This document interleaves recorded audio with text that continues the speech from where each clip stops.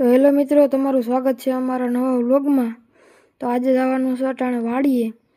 તો ચાલો વાડીએથી આવી ગયા, પછી બેસી ગયા હતા જમવા।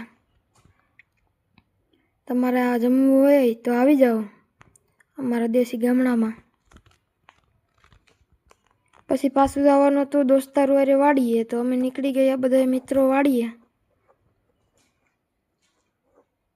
વાડીએ જવાનું હતું, પછી નીકળી ગયા હતા વાડીએ। હું, રવિભાઈ, રામદેવભાઈ અને વિપુલભાઈ।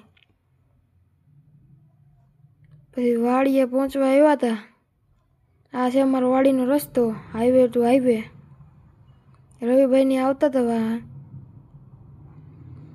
વાડીએ પૂગ્યા ત્યાં તો આ ભાઈએ રકાબે હાથમાં લઈને સાનો કોટો મારી લીધો, રવિભાઈ અને બેવે। રવિભાઈએ મારી લીધો સાનો કોટો। પછી ખાવાની હતી બદામ, એટલે અમે આવી ગયા બદામ ખાવા। તમારે બદામ ખાવે હોય તો સબસ્ક્રાઈબ કરજો તો બદામ લઈ આવી। બદામ અંબાણીની પછી આ ભાઈ તો ઉપર ચડી ગયા। આમ બધા વાટ જોતા હતા કે આગળ બદામ આપશે ઉપરથી રામદેવભાઈ। પછી મેં આપી દીધું વિપુલભાઈને કે ઉતારો તમે વ્લોગ। પછી વિપુલભાઈ ઉતારતા હતા।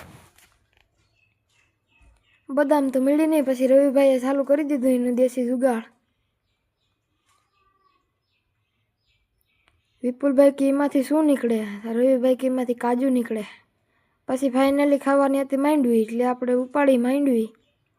હવે પ્રદીપભાઈ આવી ગયા હતા, એટલે પછી બધાએ માંડવી ખાધી।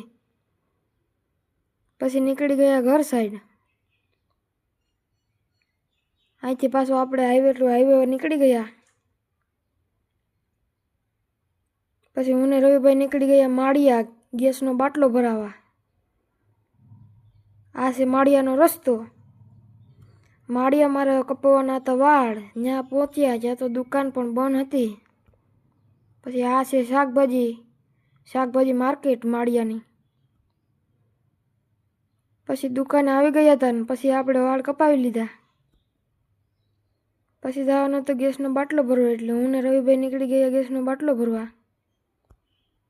પછી ગેસનો બાટલો ભરી આવ્યો, પછી આપણે આ સંપલ લઈ લીધા હતા। તો કમેન્ટમાં બધાએ કોંગ્રેચ્યુલેશન કહી દીજો। પછી હું, પ્રદીપભાઈ અને રવિભાઈ નીકળી ગયા હતા કડાયા બાજુ ઘર સાઈડ।